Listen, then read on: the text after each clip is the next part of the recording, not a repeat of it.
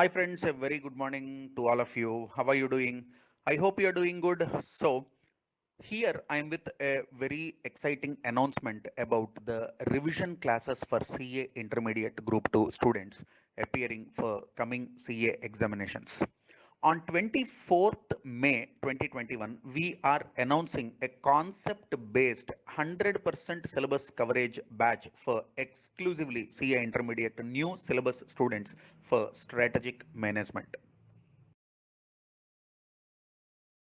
So before we start with the subject, let us see the scope or the coverage of this subject as per ICAI curriculum.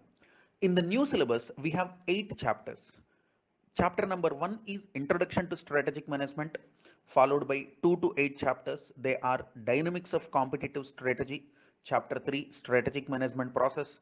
Chapter 4, 5, 6 respectively are corporate level, business level and functional level strategies. 7th chapter is Organization and Strategic Leadership, whereas 8th and last chapter is Strategy Implementation and Control. Though in ICAI website they have given the weightage, they assigned the weightage of 10 to 20% for all the 8 chapters. Based on my analysis of previous examinations, I have given the weightages to each chapter in this slide. The highest weight goes to dynamics of competitive strategy. 10 marks out of 50 can be expected out of this, followed by sixth chapter functional strategies, which is normally given for 8 marks, and all the remaining chapters will cover 4 marks, 5 marks, or 6 marks. And let us look at the examination pattern and let us try to understand what ICAI is expecting from us. So, do you know MCQs, multiple choice questions, are assigned for 30 marks in this paper, and descriptive questions will come for 70 marks. And this paper 7 has two parts. Part 1 is your EIS, Enterprise Information Systems, whereas part 2 is Strategic Management.